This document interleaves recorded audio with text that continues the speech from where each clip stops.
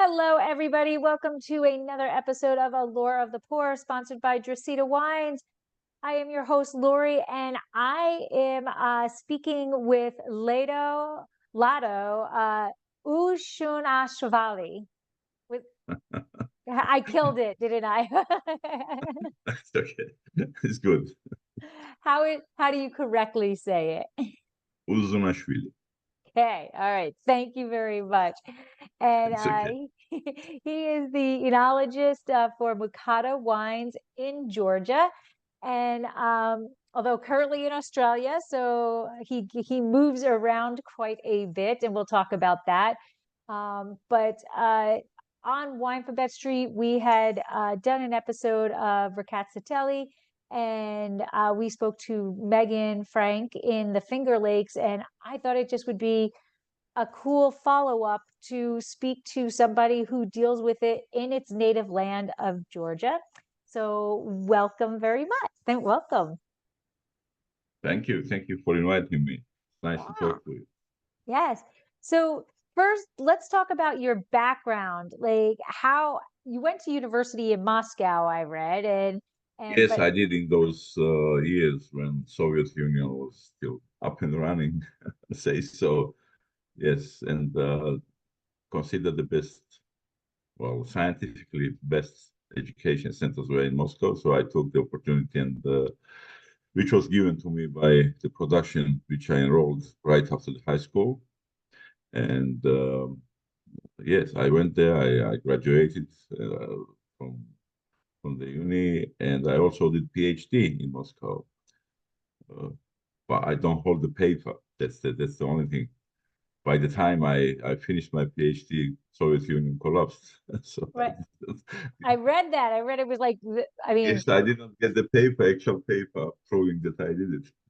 oh, and that also like interfered with you just going forward, right? Because you were, it was right at that time that you were graduating and looking to go someplace, right? You were looking to Yes, travel, and that's that right. I interfered with applied it. to few countries to give me a chance to experience, their achievements in wine industry. And Australia was the quickest to respond, and they took me on board.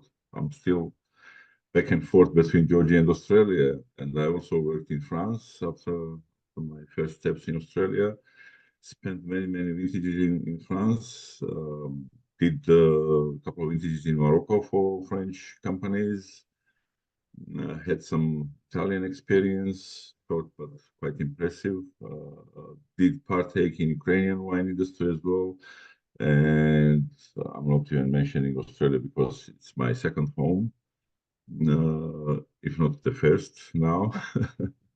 And yes, and Georgia, of course, Georgia since my childhood. I come from winemaking family. As much as I know and we know, I'm the 11th generation. Wow. Yes, about written history, it's about 200 years, and verbal, what we know before, how my family migrated from one region to another region and established their vineyards and part to in winemaking of that new region where it's Mukuzani where they arrived. It's about 300 plus years. Wow. And that's something that always like stuns me, amazes me, because, here in the United States, if you're in the second generation or the third, maybe if you made it to the third generation, you're old, you're an old winery.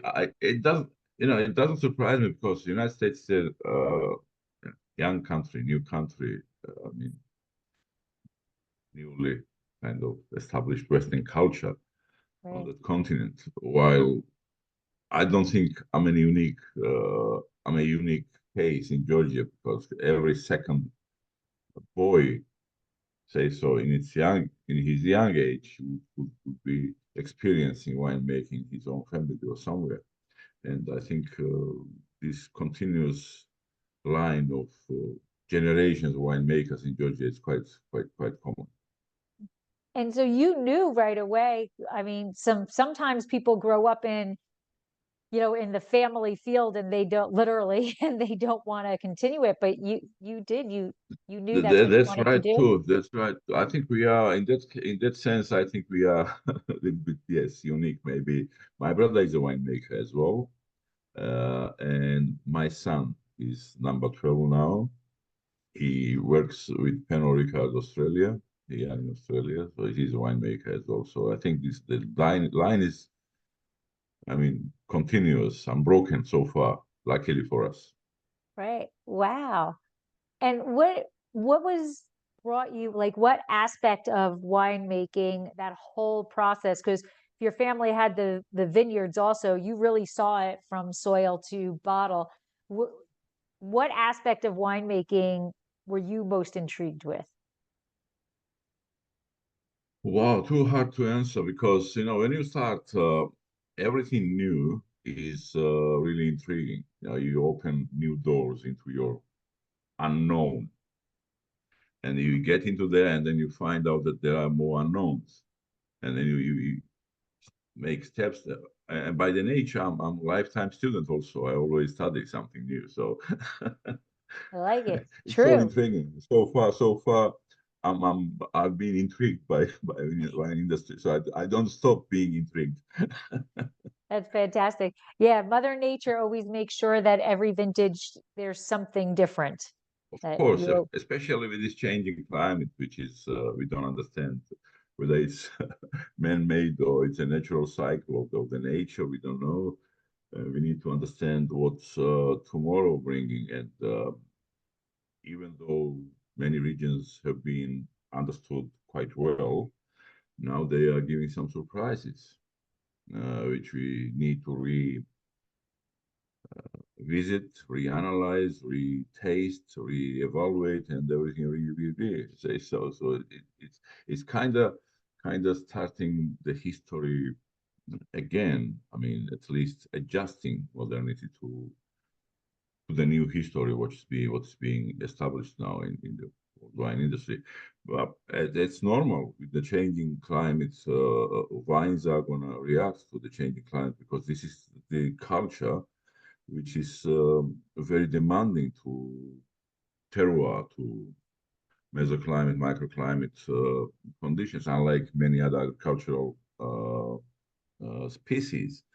Grapes are very sensitive to soil, to sun, to average temperature, to rain, I mean, the water regime. So there's no surprise once it's changing, vineyard quality and then wine quality will change, of course, and we are going to be always feeling that I think,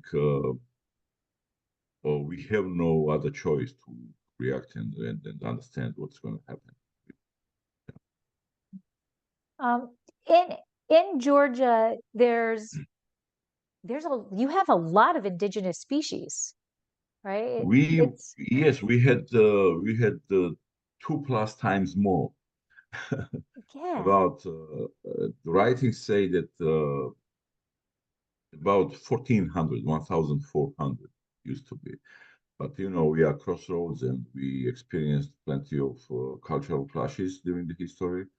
And we've gone down to 525 now, which is still an it's enormous figure for such a tiny country, which is about 70,000 kilometers, square kilometers.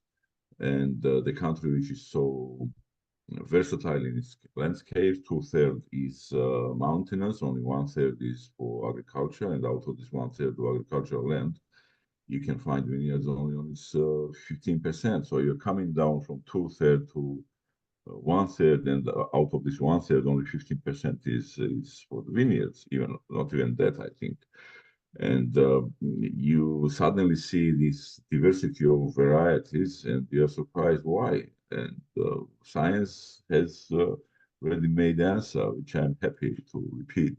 The landscape is and terrain is so complex that people living in different areas, they were cross-selecting varieties to suit the local conditions and to have wine because wine was something sacred in Georgia.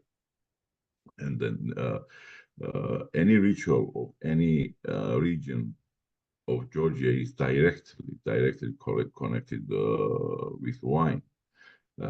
in pre-Christian Georgia, we see it's all wine, wine, wine, and especially with the Christianity, when Christianity comes to the country, uh, wine culture strengthens even further. So it's I think quite understandable. It's foundation of your culture, then diversity already does not surprise it. Yeah. Right. And that's I've read that in multiple places that it is part of your culture, your historical aspect, your historical culture, Obviously, thank you for that. everything. Yes. Yeah. And I mean, maybe I was naive or, not so, worldly in my wine, but it seems like for a place that is so historically the birthplace of wine, it seems to me like about 10 years ago, it started coming into the United States saying, "Hey, Georgia is here. Pay attention to Georgia." Like, do you know like what triggered that like all of a sudden we were like, "Hey, this is the Uh, place. Why didn't we hear about this before?" I think there are some natural causes to that, and I'm sure we both understand why that happened. We lived behind the Iron Curtain for some time, and after the collapse of Soviet Union, of course, this tiny piece of land appeared on the map, Right? and suddenly science started researching. Suddenly archaeologists came into the country. Suddenly linguists came into the country. Suddenly historians came into the country. Cultural studies were conducted, and all these together led us as a global society in this tiny country, led us to the discoveries like, the oldest wine. Before it was thought that it was Zagros Mountains in Iran, but it appears that Georgia is 1,000 years older than say, Iranian excavations. It also led us to genetic analysis of our varieties. It looks like we have two families, Western Georgia family of Vitis vinifera and Eastern Georgian family of Vitis vinifera. And science says that they could not be brought from outside. In those times, especially 8,000 years ago, they are born or were born in this area. But the diversity between these two families, cousins or siblings, if you like, uh, is caused by the fact that Western Georgia is more marine climate, marine dictates climate, while Eastern Georgia is a more strictly expressed continental climate. So the phenotypes within the same varieties also are enormous, enormous, enormous amount. I mean, if you speak about Rkatsiteli can be, different phenotypes. Also, so not only the family of its is two there, and not only say we have 525 varieties, but also we have plenty of phenotypes within single variety. And this is I think quite something for us because this directs proportionality of the complexity to the landscape, to the ecosystem of Georgia is obvious, and it is also, as we see today, it's quite a big tool in the hands of modern winemakers, modern researchers, how to tackle, the problems with again climate change, because these varieties have been growing for 8,000 years. They experienced many different climate changes, macro or micro, throughout these centuries. They also are different between, say, one gorge to another gorge, within the country. So adaptability of these varieties is already in their genotype, say so. And I think if we go deep down into studying them, we find that some of them are even in transitional stage still, between wild and the cultured, which again is an exciting fact, to speak about and to offer this genomic pool of humongous genomic pool of historic varieties. Say Rkatsiteli, we know for the last 1,500 years. You know, when you say last 1,500 years, it sounds like crazy. You know, Right. it's not, yeah, but it's a fact. And Saperavi still, it carries, as much as I know, genomic pools which may have not been changed, you know, for the last 3,500 years. And this variety is in transitional stage still between wild and cultured. And wherever it goes, it adapts itself perfectly. And the fact is that Saperavi was born, although we are going to speak about Rkatsiteli today, but it's a good example that also Saperavi was born in the southwest of Georgia at the sea coast of Black Sea, and it traveled to Kakheti, which is continental climate, dry, hot in summer and cold, quite snowy. At least it used to be snowy before in the east, and it learned how to handle all these microclimatic conditions on the way from the west southwest to the east. So this is, I think, something what the world has to pay attention to in order to uh, understand how these varieties can survive, are able to survive these climatic challenges. And maybe we find something to save the same, you know, famous Bordeaux or Burgundies Right. or Alsace regions or I don't know, I mean, Sonoma or Napa or Temecula, anybody, I mean, around the world. Right. So, yes, we do invite you, our colleagues from such developed, scientifically developed countries, and we have some open projects, and we can participate together and make an use of it. Right. Absolutely. And so you were talking about like the little microclimates as the Separavi traveled, but the same thing kind of with Katsiteli. What Rkatsiteli, absolutely, yes. Yeah. what do you think, obviously it can adapt to a lot of different microclimates since it's so planted, so so much of it is planted. But if you could say, in your opinion, what it really looks for, what type of soil type is it the happiest in? It, first of all, it likes like plains. So sunshine has to be like distributed quite equally, and that is what it likes the most. Okay. And the worst for it is wet, humid climate. Oh, okay. That is maybe why say Long Island Rkatsiteli or Ohio Rkatsiteli or even Finger Lakes Rkatsiteli is so different to Georgian analogs. This variety is, as I said, uh, minimum 1,500 years old, uh, especially Eastern Georgia, Eastern Georgian wine industry, if you call it industry, you know, 1,000 years ago, whatever it was. Right. We speak few centuries, like, you know, it was yesterday. Yes, the production stood on this variety in many senses because it's quite resilient. Uh, it doesn't have a resilience against downy mildew or powdery mildew. It can be affected, which is normal for vitis grapes. But considering that these are new phenomena in our area, then we should consider that before these fungi visited us, there was no problem in this sense. So grapes produce some healthy produce.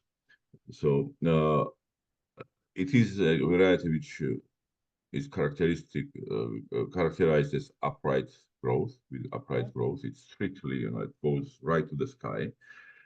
Canopy control of it is absolutely beautiful. You can control the canopy with no problem. You see where it needs leaf removal or lateral shoot removal, sun exposure, or whatever. But the best is for it to start with cane pruning, not even guyot, but double guyot, like both sides cane pruning. And this way you have proper distribution of canes, and you have proper exposition to the sunshine. But before this trellis system, obviously we had some other different systems. We used to grow our grapes on posts, like 360 degrees bushes or Oh, so. okay. Yes, in that case also you could handle Rkatsiteli beautifully because you can just like collect bunches on top, and the rest of the bush would be exposed to the sun more or less evenly, of course. But today, if we jump from the past into the future nowadays, today we see that Rkatsiteli is affected by sun radiation a lot. So therefore, those regions which have been experiencing, for example, cool, wet climate, and they are turning into drier, warmer climate, Okay. maybe Rkatsiteli is the case, or at least those who have Rkatsiteli vineyards are going to experience some qualitative changes there. In our case, what we do, we grow Rkatsiteli today on trellises, of course, and we prune it like with cane pruning traditional method. Okay. And what we do, we always stand from the sunrise side, from the east side, and only from this side we do leaf removal or lateral shoot control and removal. Oh, okay. So that when the sun goes on the western side, especially when it's 4 o'clock, the most Intense. intense sun, that you don't touch those leaves on this side. Okay. But aeration, and softer sunshine is on this side, while the hot sun and radiative sun is on the other side, on the western side. So this way we kind of try to protect our grapes and mature them evenly. What comes out of it, we see every year. I think it helps. It helps. Also, what helps these traditional methods of not only planting vines close to each other in a row, but bringing the rows close to each other. Because traditional Georgian planting was like 1 to 1. Oh, okay. As long as you could pass the horse between to Okay. plow the soil between the rows, that was the norm. But have a look what's happening in this case. You have closely planted rows, and when sun goes on the other side, this row protects the other row. Right. So at least after that hot period of the day, this heat doesn't continue too long, hourly. So it can the shade can cut the sunshine, Right. which is also, I mean, traditional kind of approach, and it's a well-known phenomenon today too. And people are paying attention to this, and I think some enthusiasts which do not have big production, and they want to be traditional, and they want to be like unique and do it out of their passion, it's genetic passion in them. They do it. They want to revive some historic methods of handling it. Plus, this variety is something really unique in terms of delivering wine styles. Uh, we know that we made absolutely beautiful sparkling wines out of it. Okay. Table wines, modern style table wines, pre-run fermentation. I mean, so-called European way of white vinification. Then our Georgian full skin contact with 6 months skin maceration in quarry underground. That's full skin contact, and even sometimes even stalks are used. We also produce quite a lot of dessert wines from Castelli. It oxidizes much better than Verdelho, for example. Gives Oh, you really almost chocolatey color. And wow. yes. So it depends really where it's produced and what is the method of handling? The versatility of this variety is really, really amazing, striking, really striking. Sugar accumulation between 20 25, no problem. Bricks, Okay. absolutely achievable in So most of you're picking climatic. it closer to the 20 then for your sparkling? That's yes, below 24-hour sparklings, and then it goes. The higher it goes, the more, I mean, heavy wines you produce. Co-fermentation, it's always better to have high gravity fermentations like 24, 25, 23 bricks. And that is also safe for the future maceration, because the higher the alcohol, the safer you are with your pathogens in your in your quarry underground. Yes. So you can sleep peaceful in the night Yes, before you open yes. Yeah, you quarry. don't And want to be all tossing the and yes, turning. yes, the fir- yes, of Um, course. Yeah. so But there there's are many methods to check quality, during maceration. Of course, we don't leave it like, we seal it for 6 months and we don't pay attention. Every 2 weeks, we have methods of uh, qualitative and okay. also quantitative tests, because one day you can wake up and your quarry is gone, especially especially if there is some seismic activity. So you have to check it. You don't want to mention it. No, no, So we did that's not say it. actually a question about the corvée. The they're buried underground, right? Yes. And then the shape is supposed to help in the lees and the because that's where you're making the Stratification and amber the wines, movement right? and the movement. No, I think the shape. I don't know. I'm not a supporter of this.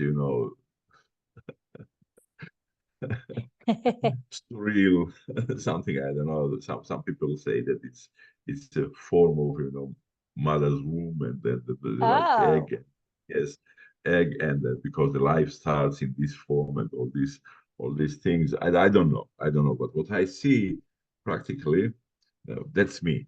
That's me. I'm right. not touching anybody else's opinion, of course. Everything is welcome, for That's the first time this I've kind heard that. So yeah, for okay. discussion.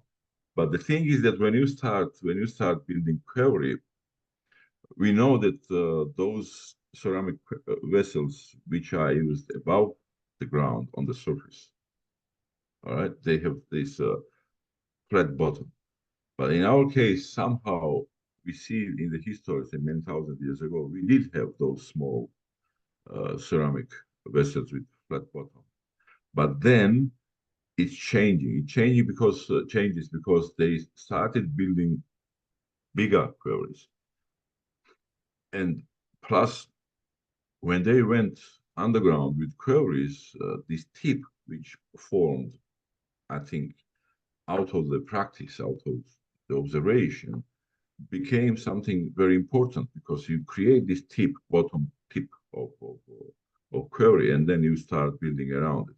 You go a layer on one quarry, second quarry, a layer, third, 20th, and then when you come to the first one, this layer was already dry enough and hard enough to apply the next layer. So you go like up gradually, and they finish your quarry like that. And then when you insert quarry in the ground with the tip, it's much easier to level it, because this neck Oh, open, right. instead of leveling the soil under the flat bottom, you have this Okay. tip. That you Tip. just move it very easily, and you can level all the curves on the same line. So I think that is because of a good observation what they needed and how they need. But biggest enigma in quarry is its shapes, different shapes which and sizes. Sizes are directly proportional. Historically, what we observe is directly proportional to soil conditions and local microclimatic conditions.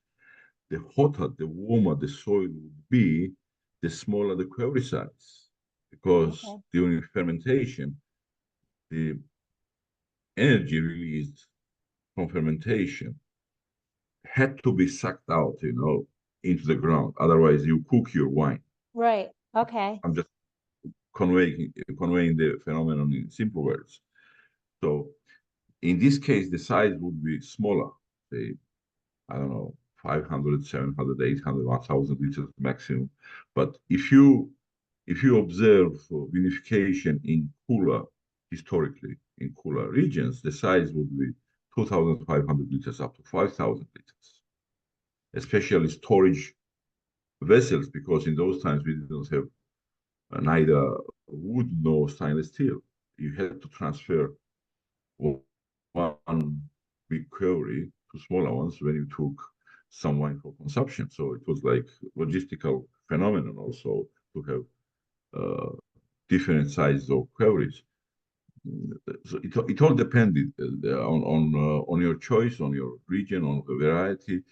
Plus, you have fast fermenting varieties or slow fermenting varieties. With fast fermenting varieties, of course, the size would have been also smaller because, again, energy release is much Right. faster. With slow fermenting varieties, it's it can be kind of regulated by the ambient temperature easier, to which Rkatsiteli belongs, luckily. Okay. Rkatsiteli is not like viciously fast fermenting variety. I would put it somewhere after the slow fermenting varieties, somewhere medium to fast ferment, between somewhere medium to fast Okay. fermenters. Yeah. Okay. And historically, it also does show the best quality if it's blended with or co-fermented with other variety, Tswane. That What is does that is that add? also So can you compare, like, if I just drank a straight 100% varietal Rkatsiteli versus what the blending, what would be the expected I difference? think What does that it blend do? makes it more tropical, rounder, Okay. softer. Supple tannins come in. It matures, I think, at an earlier stage, and it's more drinkable. Well, aromatic expression number one is really, because sometimes Rkatsiteli acidity is also really high, and Tswane can be of low acidity. This balance also creates something really important for fermentation. Fermentation is always healthier when they are mixed. Okay. And uh, in the discussions, we blame populations, which blame in a good sense of this word. Populations which settle, say, on the wax of Rkatsiteli and on the wax of Tsane. It looks like nature chooses its probiotics, then which then has to decompose the fruit and then continue the cycle of natural Right. life. And these populations then coming together, they are doing much better work, Okay. especially in this historic way of unification, of course, like Query. It did not have uh, like biotech in those years to produce selected strains of yeast for fermentation, Right. depending on the nature which was always different with its rains or sunshine or migratory processes of these microbes. You never knew what's coming, what's going, what's lost, what's gained. So people discovered that mixing Rkatsiteli with Tswane would give not only beautiful wine taste expression, but also healthy fermentation, which was very important to finish Yes. dryness for the wine to keep longer, with the summer coming Mm. next year, Right.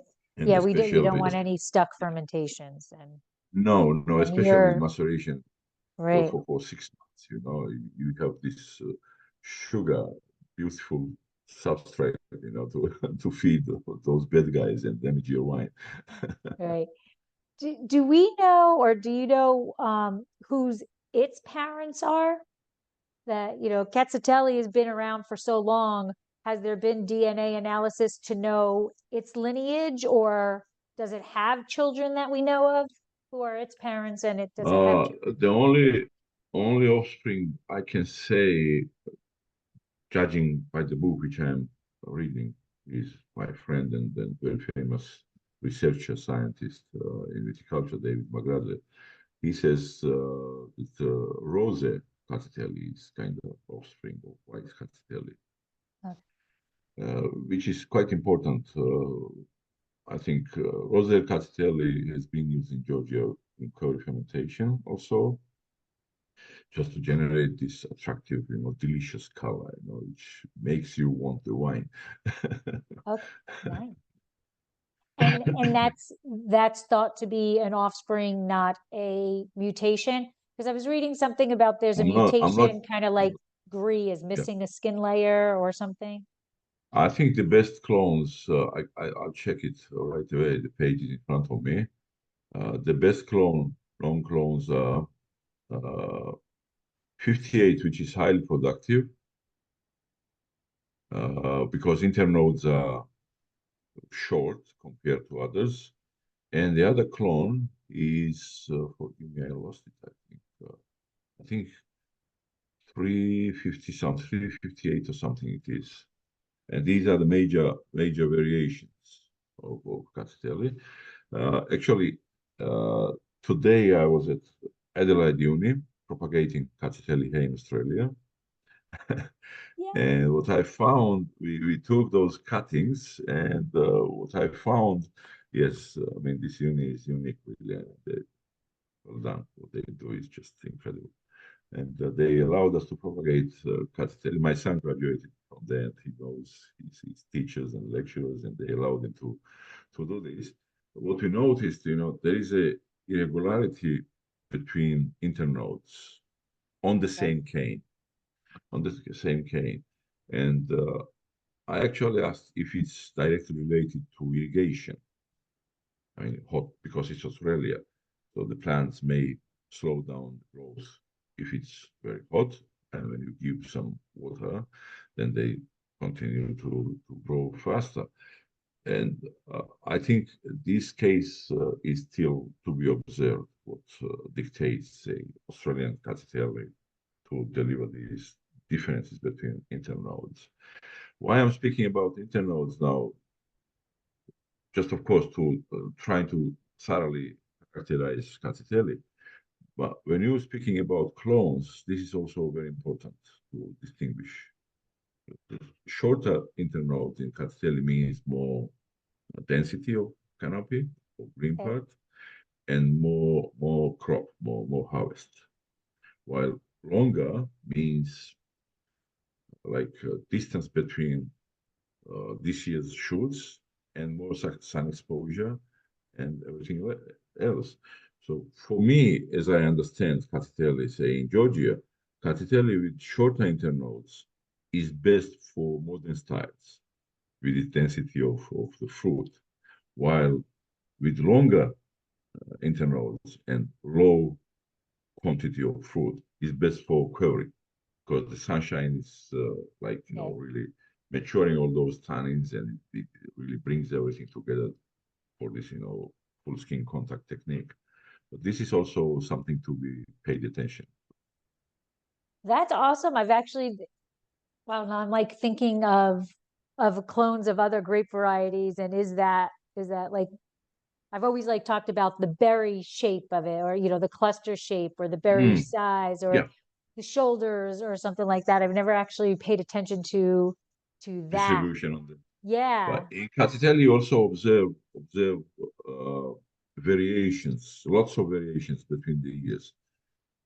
Thick bunches, from thick bunches to thin bunches. And when we see the year when bunches are say thick, we say that this is for modern style, European way of indication, Okay. uh, which we historically call actually udedo, or wines with no mother. Oh. It was done in Georgia before I think the exchange with Europe with this technique. And how it was done, I'll tell you after. So we kind of choose which structure of clusters is suitable to which way of vinification. Thin clusters are the best for quality vinification. They are rounder in tannic expression, they are in acidity expression, and overall your skin, seeds, and sometimes even stalks, which is added into this long maceration technique, are mature for that. So we say I mostly use 20 to 30% of stalks, stems in my quality fermentation. So if I see the clusters are thin and everything is mature, then of course I will not lose the chance of using them all together, to deliver these, deep layered, well-structured wines. Now back to that phenomenon of Udedo, which Rkatsiteli is made, of course. I mean, this way was made, and I'm making today. I revised that technique for my company. Uh, when you crush grapes, there we have wooden or stone, or we had, of course. I mean, we are out of those times of stone, crash pits and wooden crash pits. Our winery is absolutely modern, but when we are talking about ancient tradition, then we do really like the idea of doing the things as it has been done for these millennia. For that, we sometimes use these crash pits where we put, in other countries as well, Portugal, Spain, and other countries, they would put grapes into crash pits and they would dance, and there was some ritualistic dance, and they would release the juice into another vessel somewhere. So the same was in our case. So when you release this juice, then they used to physically take skins and seeds and stalks and add into the juice in the quarry. Oh, okay, right. It was not like, in many cases, it was not like, going with whole bunches or destemming and going directly into quarry. It was like crushing, the juicing, and then physically transferring the solid phase of grapes into quarry.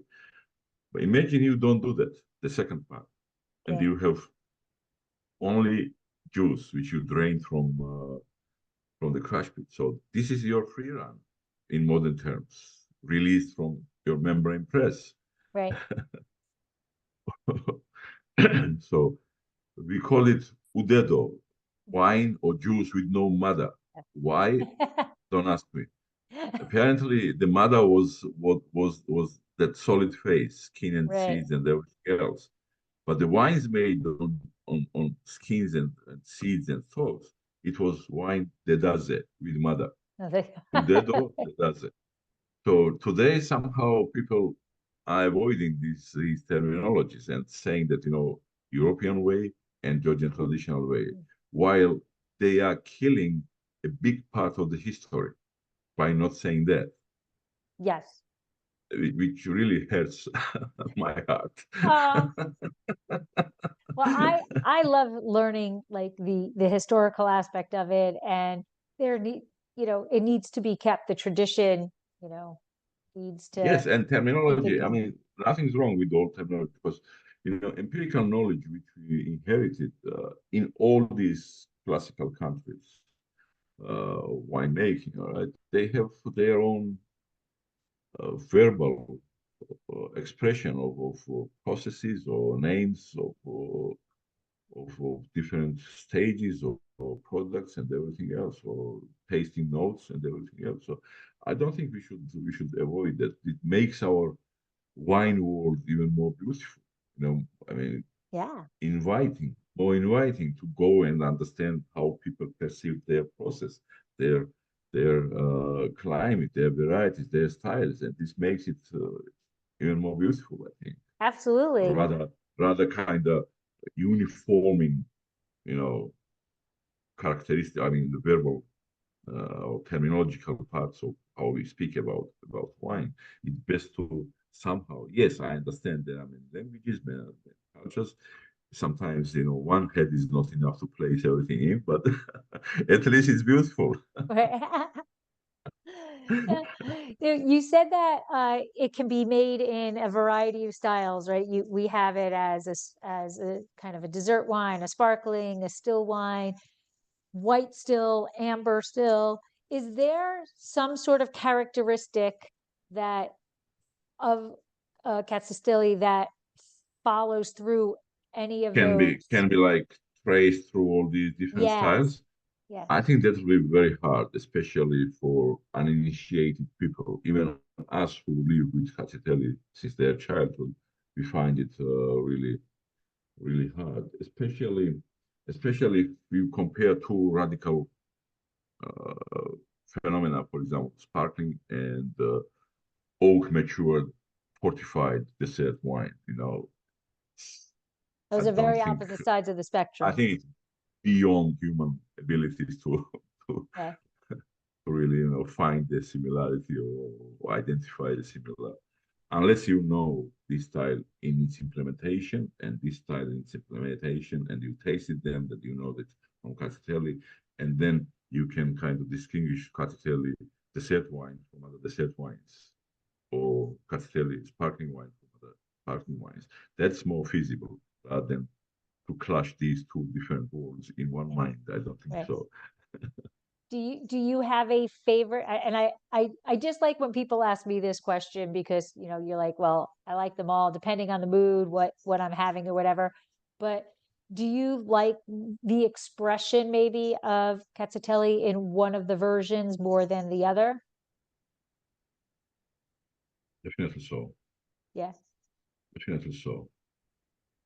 I think my number one Castelli version would be Query, Okay. full skin contact. I think number two would be Udedo, European way of unification. And number three would be, I think, dessert wines. And I put sparkling only on the fourth place. I think Okay. this is me again. Yes, This is yes, me. yes, absolutely you.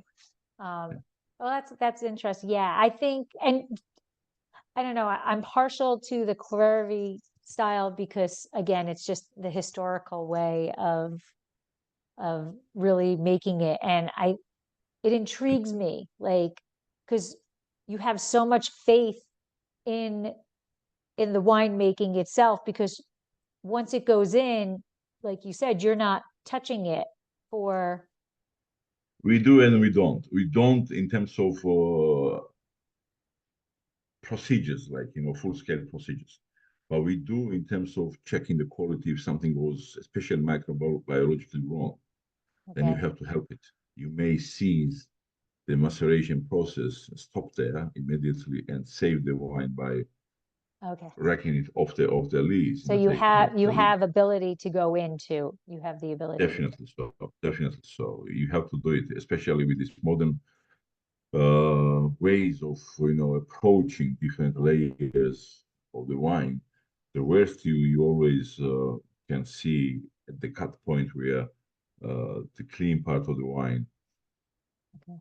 finished and then that mixture of solid phase of grapes and then biomass starts. That's where you aim to taste because it's hard to take the solid phase out of the wine without mixing it, but it's feasible to take the wine from a dividing line somewhere closer to that Right, area and check it, analyze. First of all, it's like gustatory tasting kind of checks.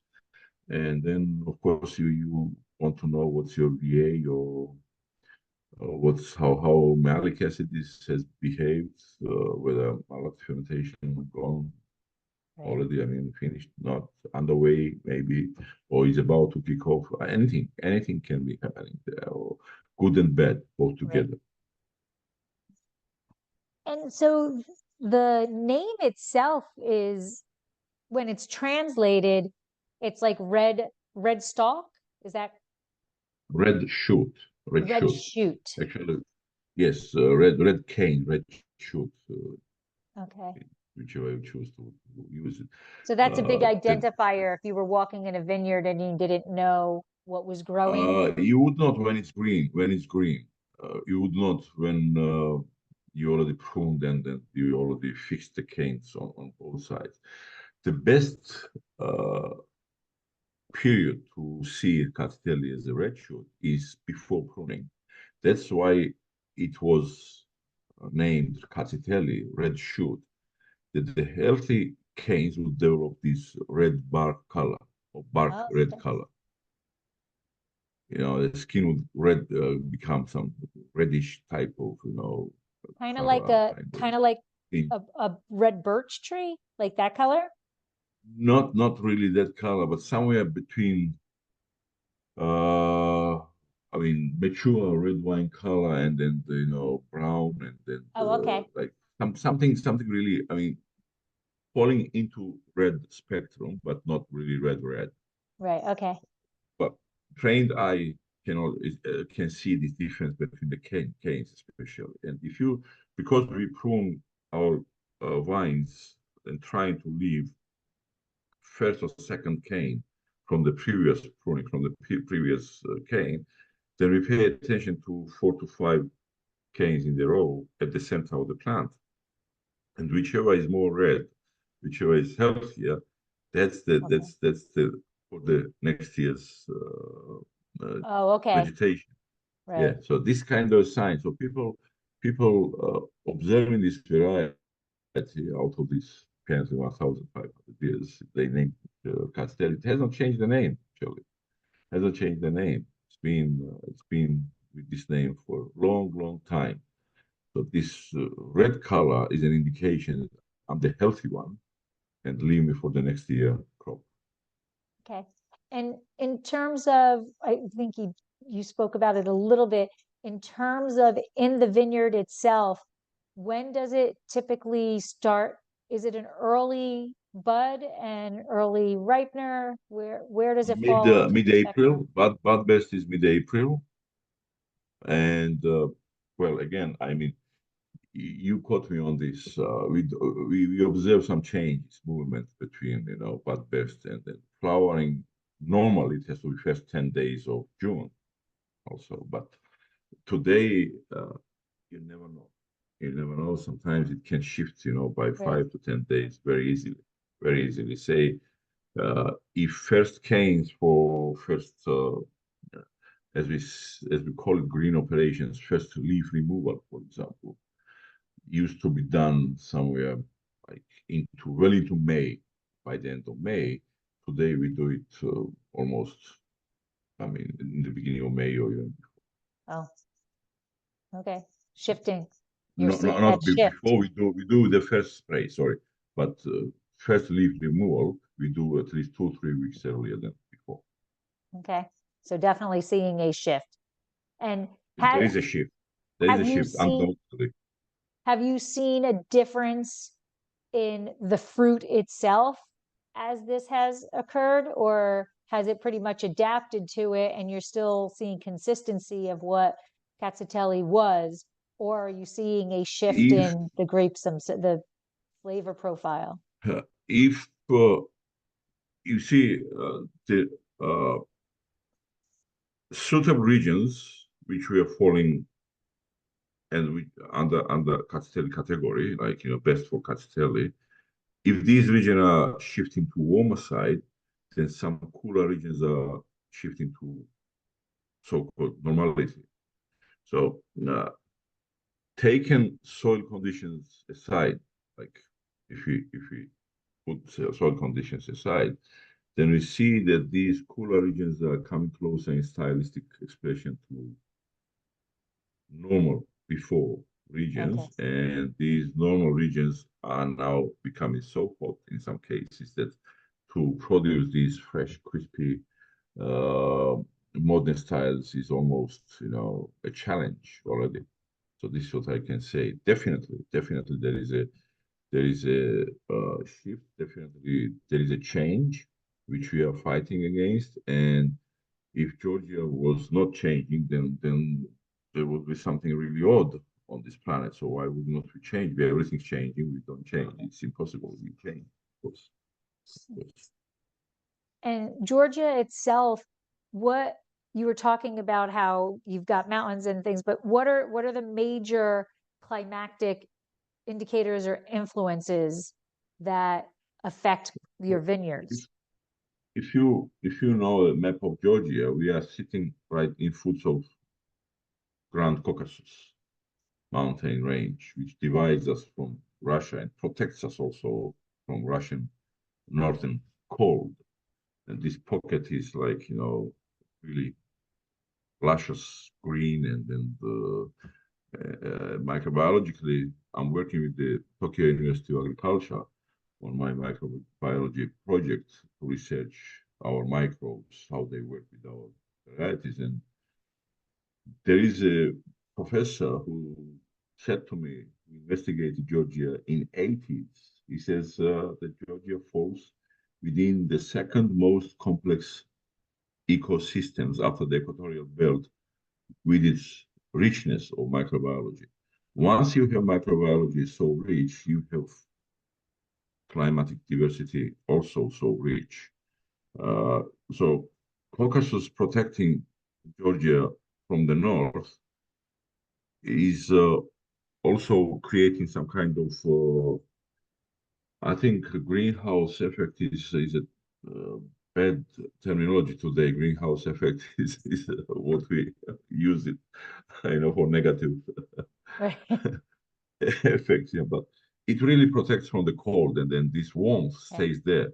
From the west, we have Black Sea, which dictates Western Georgia's climate condition in combination with Caucasus, because anything what evaporates from the Black Sea comes down very fast because of mountains. It gets cold there and precipitates in quite a heavy expression. We also have anti-Caucasus from the south, which partially protects us from sudden hot winds. But eastern Georgia is more open to southern east, dry areas, and then sometimes we already get temperatures up to 40, which is or maybe into 40s, 41, 42 experience, which is quite unusual for Georgia. Again, there is a shift. There is a shift, and the west, yes, was more humid. I cannot say today it's not more humid than eastern Georgia, but what we observe, it's like instead of four seasons absolutely clearly expressed in Georgia, we are down to three now. Oh, okay. Part of spring has been taken out. A good part of spring has been taken out, because from winter we go into rainy period, Yep. and then cutoff point and dry season, and then suddenly in autumn we have warm days, warm days, warm days, and then Cold. winter starts. Yep. So there is no like it used to be October was like most beautiful month with its shiny days, sunny days, Right. best time to pick grapes, to vinify wine, do everything. November we knew as a rainy month, wet month. December frost, and then snow and everything else. But this is now quite different. Yeah. I think that's I think that's kind of the same here. I feel like that's kind of what happened. Our rainy season has moved up, and then it just is Yeah. like, as opposed to having specific seasons, it's kind of just like a blend into, Exactly, and this yeah, is why I cannot really, precisely now describe these climatic conditions in Georgia. Although, by the general picture, as I described it in the beginning of our conversation, the West is more marine dictated right, climate, while the East is more continental, continent. strictly continental expression. Yes, still remaining that way, but again, changes are observed quite dramatically. Where do you see Rkatsiteli in the future? Do you see it as, you know, sometimes the Somms need to find something and then it takes off or whatever. Like, do you see it as a unique, continuing to be a unique wine on a list, or do you think it's going to start become more mainstay, in other regions? If we speak statistics, because of its resilience and adaptability, and you won't believe me what I'm going to say now, Okay. was number one variety planted in the world during Soviet era. Yeah, I had read that. I was shocked. Yeah, Okay, thank you. I Then, was then you are shocked. not surprised. Yes, yes. So we are in the position that, of course, the variety is great itself. It shows really lots of noble characters. Plus, you have this history. Plus, you have this experience. Plus, you have these areas, plantations, and everything. So, I don't think it will go away in foreseeable future. It's gonna stay there, and why not?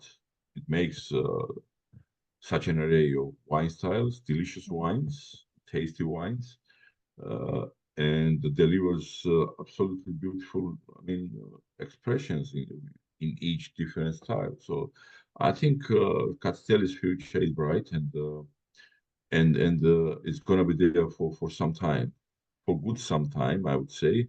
Plus, if you consider its resilience to climate uh, change, and climate will change microbiological attacks Mhm. on our grapes as well. So I think we will find more and more noble sides in this variety, which we are going to utilize in the future. I'm very sure. I'm very sure that we will do. Yeah, and so it seems to be here in the United States, it seems to be really in those cooler climates, the like the Finger Lakes, and they were talking about burying the vines, Yeah. some of the seasons, or some of the vintages and things like that. Like you said, you see it in Ohio, I believe Michigan. Uh, I am not aware, and I could be completely wrong, but I am not aware of much of it being grown here in California. Hmm.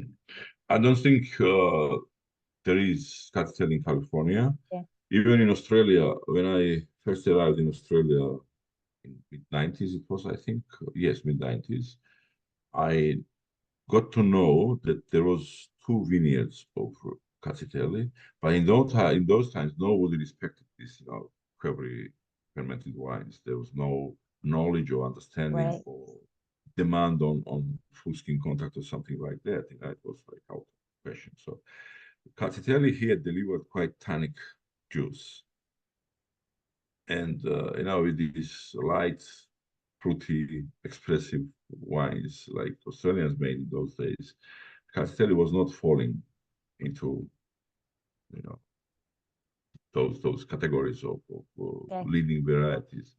Plus, the demand on fortified wines, which used to be huge in Australia, was falling down, and market was shifting to dry wines. So these two vineyards, which I had in this time, I mean, today they disappeared. I have no trace what happened to Castelli. So what I did, I mean, what we did with my son today, we propagated Castelli de me, and we have queries here, also brought from Georgia. So I am hoping to ferment Georgian variety in Georgian Yes, vessel in Australia. in Australia. I love it. Yes, thank you. I love it. So we are a little bit over an hour, and I know your time is very precious. I just That's want to all right. ask you Pleasure. about Mukado itself as the winery. Tell us about your brand. It's not even a winery, it's a It's a family, brewing family, right? yes, Marani, which is small cellar with its so many queries. But what Mukado has, a pearl. This is Mukuzani appellation area, which is crown of Georgian appellations with its quality and uh, the wine styles. What we produce in this appellation, PDO Mukuzani, you can look it up, and you'll be amazed what is the qualitative description of this area. This is our really strongest side. I produce my traditional wines in quarries, of course, in our cellar. While when it comes to modern wines, I outsource the production. I consult and make wines for few other companies in Georgia, so I have access to different facilities, and And yes, I use this opportunity to also deliver modern styles. And it's a good thing to do also. My way is to pick, say, our vineyards in one day, for example, or the same vineyard, the same variety, the same year, the same winemaker, and you split your grapes into two different batches. From one, you make this well-structured full skin contact wine, and from the other one, you make this modern Udedo European style, and then you can see what the color difference. One is deep, and but the other one is pale. And then you say that between these two glasses, there are 8,000 years of evolution of wine industry. So try and compare how the first winner was born and what is the modern implementation of this modern expression of the same variety. Then people are really getting the message, and they immediately become interested in tasting both in parallel to Yeah, compare what was before and what's now. yeah, that It's a tool to talk also. It's a tool to explain. It's a tool to right. convey. And then if That experience puts it right in the forefront because they're seeing it, absolutely, and tasting it. today we have numbers and numbers of people who are, I mean, consumers who are very deep in wine and they want to know details, even on Right. biochemical, chemical, microbiological, technical level. And when you go into technical explanation of these two and differences, of course, I mean, one tasting seminar or one evening to sit and discuss, the difference is not enough. And they always come back and then we continue speaking about it. Absolutely. Well, thank you so much. Did I forget anything that you think is really, something to take home for my listeners and viewers about Rkatsiteli? Something that they should keep an eye out.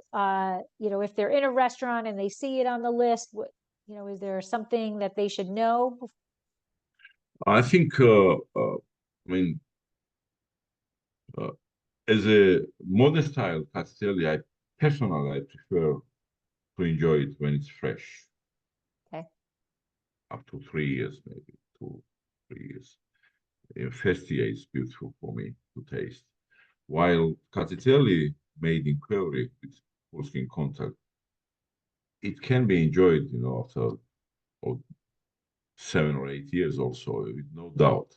It is a variety which lasts long in the bottle. And don't be afraid of tasting Rkatsiteli. Rather be happy if you find something really enjoyable and try to enjoy different styles of Rkatsiteli also. I mean, we listed different Rkatsiteli styles. You can understand this variety much better. And plus, you enjoy the history of 1,500 years. This is rare. Right. This is rare. I love it. Awesome.